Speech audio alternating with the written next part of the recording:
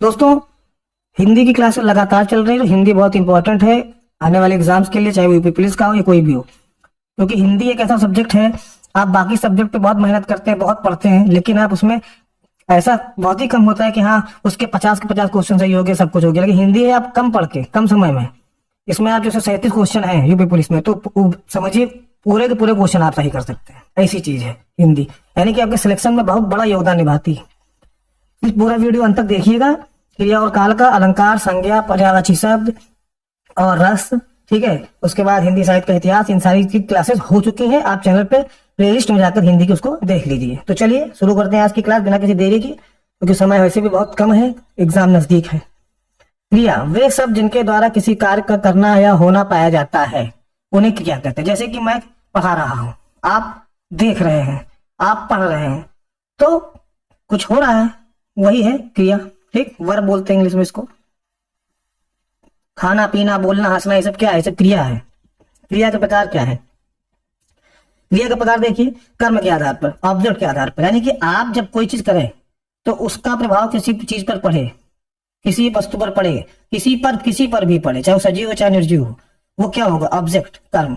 अब आपने जब कुछ किया और किसी को उस पर कोई प्रभाव ही नहीं पड़ा किसी भी चीज पर, तो वो अकर्मक क्रिया हो जाती है। ठीक, जैसे कि वे क्रिया जिनको करने के लिए कर्म की आवश्यकता नहीं होती है, ऑब्जेक्ट की आवश्यकता नहीं होती है। जैसे कि पक्षी उड़ता है, बच्चा रोता है, राधा नाचती है, हवा चलती है, सब हो रहा है, लेकिन किसी को कोई फर्क पड़ रहा नहीं।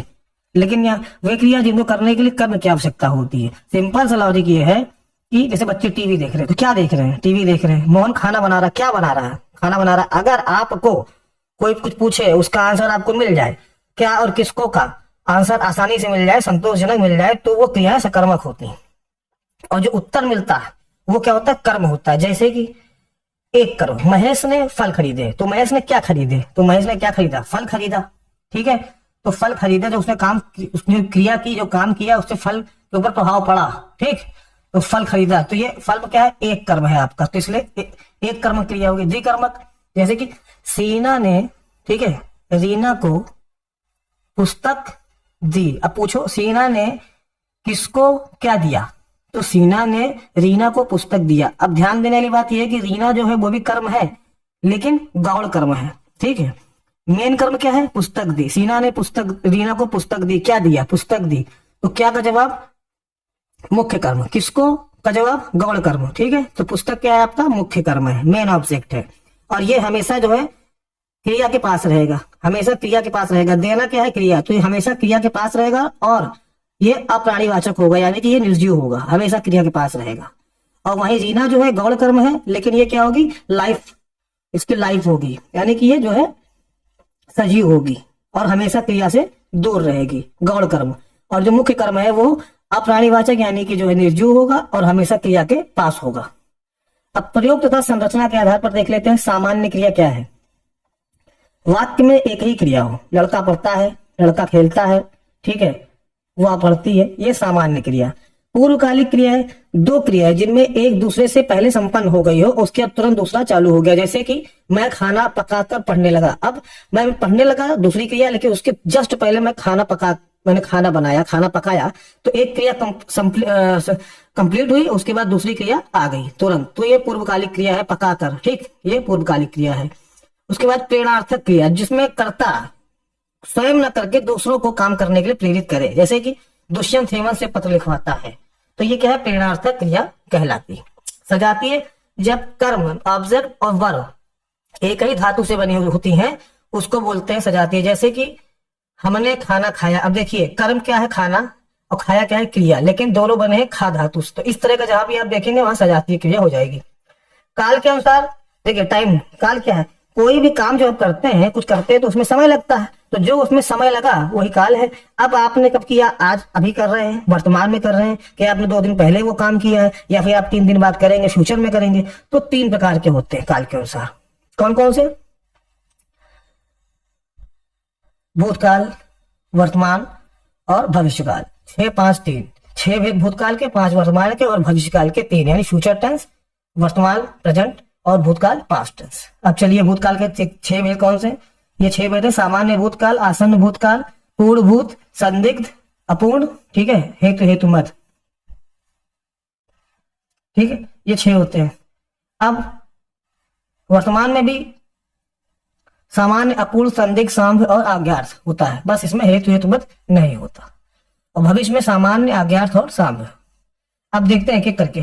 सामान्य भूतकाल, जैसे कि कोई चीज हुई हो, कोई चीज हो गई, तो बीते समय का बोध कराने के लिए क्रिया का केवल एक शब्द आएगा, गया, पढ़ी, लिखी। मैंने राजस्थान की वेबसाइट देखी। यहाँ पर क्या है, यहाँ पर है वह नहीं लगा है या देखा, बस खाली यहाँ पर देखी, देखा इस तरह का होगा, यहाँ पर है वगैरह नहीं आएगा। मैंने राजस्थान की वेबसाइट देखी, तो ये सामान्य भूतकाल है।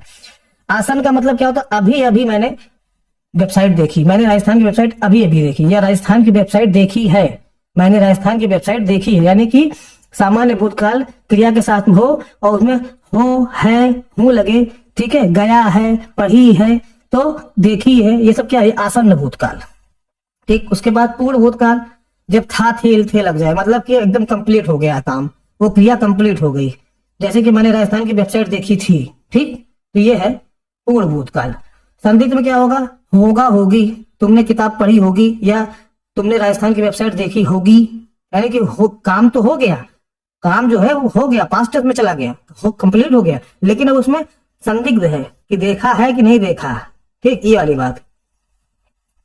अपूर्ण की बात करेंगे तो रहा था, रही थी, रहे थे। वो राजस्थान की वेबसाइट देख रहा था, ठीक है, वेबसाइट देख रहा था, तो ये क्या अपूर्ण है। अब क्या मतलब है, देख रहा, तो मैंने देखा कि वो राजस्थान की वेबसाइट देख रहा था, लेकिन अब क्या पता देख चुका कि अभी भी देख रहा है ना, कि अभी आगे और देखेगा, तो ये अपूर्ण भूतकाल। ठीक, कंप्लीट नहीं है, मैंने देखा था कि हाँ वो राजस्थान की वेबसाइट देख रहा है, लेकिन अब कब तक देखेगा ये अभी पता नहीं है। हेतु की बात करें, बीते समय के क्रिया का होना जब बीते समय की दूसरी क्रिया पर आश्रित हो। जैसे कि बरसात होती तो फसलें पक जाती। अब यहाँ पर क्या है, फसलें पकना भी एक क्रिया है, लेकिन ये किस पे आश्रित है, ये आश्रित है बरसात पे। ठीक, ये बरसात पे आश्रित है, तो ये ऐसे ही होता है। जैसे कि अतः ना बरसात हुई ना फसल पकी, 1 महीना और पड़ता तो सिलेक्शन हो जाता, चयन हो जाता। तो चयन क्या है, आश्रित है किस पे, 1 महीना और पढ़ लेते उस पे। तो यहाँ पर क्या है, हेतु भूतकाल है, मतलब फसल तो नहीं पकी, चयन भी नहीं हुआ, लेकिन एक वो है कि पढ़ लेता तो हो जाता, बरसात होती तो पक जाती, मतलब फसल खराब हो चुकी है, चयन नहीं हुआ है, बस खाली कहा जा रहा है कि हाँ काश कर लेता तो हो जाता, ये वाली बात। तो यहाँ पर हेतु मत भूतकाल, क्योंकि वो चीज तो हो चुकी है, फसलें खराब हो चुकी, चयन भी नहीं हुआ, तो वो चीज तो हो चुकी। फिर वर्तमान में देखते हैं, क्रिया के अंत में ता है, ती है, ते है आदि आए तो पढ़ता है, पढ़ती है, ये तो आप सब जान रहे हैं। अपूर्ण, पढ़ रहा है, पढ़ रही है, लिख रहा है, लिख रही, कब तक लिखेगी नहीं पता, यानी कि जो कर्म क्रिया है वो हो रही है, लेकिन अपूर्ण है, अभी कंप्लीट नहीं हुई है। वो लिख रहा है तो लिख ही रहा है, अब कंप्लीट उसने लिखना बंद नहीं किया, तो अपूर्ण वर्तमान काल, मतलब क्रिया हो रही है प्रेजेंट टाइम में, लेकिन कब तक होगी नहीं पता। संदिग्ध, पढ़ रहे होंगे, पढ़ा रहा होगा, तो संदिग्ध है, मतलब वर्तमान में वो पढ़ रहे होंगे, मतलब पढ़ रहे हैं लेकिन डाउट में है कि हाँ पढ़ रहे होंगे कि नहीं, ये वर्तमान। फिर साम्य की बात करें, जैसे कि अब कह दे कोई हमारी बात सुन रहा, अब जैसे कोई प्रेजेंट में सुन तो रहा है कोई बात, प्रेजेंट में कोई हमारी बात सुन रहा, कोई लग जाए, शायद लग जाए, तो ये क्या हो जाएगा, साम्य हो जाएगा, क्योंकि तो डाउट है। ठीक है, शायद कोई बाहर खड़ा है, कोई हमारी बात सुन रहा है, यानी वर्तमान में सुन तो रहा है, लेकिन एक संशय की भावना है कि हाँ शायद खड़ा है, उसको कोई बाहर खड़ा है कि नहीं खड़ा है, कोई सुन भी रहा है कि नहीं सुन रहा है, लेकिन हाँ वर्तमान में एक डाउट मन में आ गया, तो साम्य हो गया। उसके बाद आज्ञार्थक क्रिया का प्रयोग, जैसे कि तुम लिखो, तुम हंसो, मैं गाऊं कब जाऊं, ये प्रेजेंट टाइम में पूछ सकते हैं किसी से भी कि मैं कब जाऊं, आज्ञा दीजिए तो जाऊं। तुम हंसो, मैं कह रहा हूं तुम हंसो, तुम लिखो, यानी कि प्रेजेंट में कह रहे हैं ना कि हंसो, मैं गाऊं कब जाऊं, ये। उसके बाद भविष्यकालिक क्रियाएं, जैसे कि कौन सी होगी, फ्यूचर की। सामान्य क्रिया के अंत में एगा एगी आएगा, जैसे वो खाएगी, ठीक, वह खाएगी, वह घर जाएगी, ठीक, वो पढ़ाएगी, तो ये फ्यूचर में है सामान्य के लिए, एगी और एगा आएगा। आज्ञार्थ की बात करेंगे तो एगा आएगा, जैसे कि पढ़िएगा, खेलिएगा, इस बात पर विचार करिएगा, तो जब ये आएगा तो ये आज्ञार्थ हो जाता है। ठीक,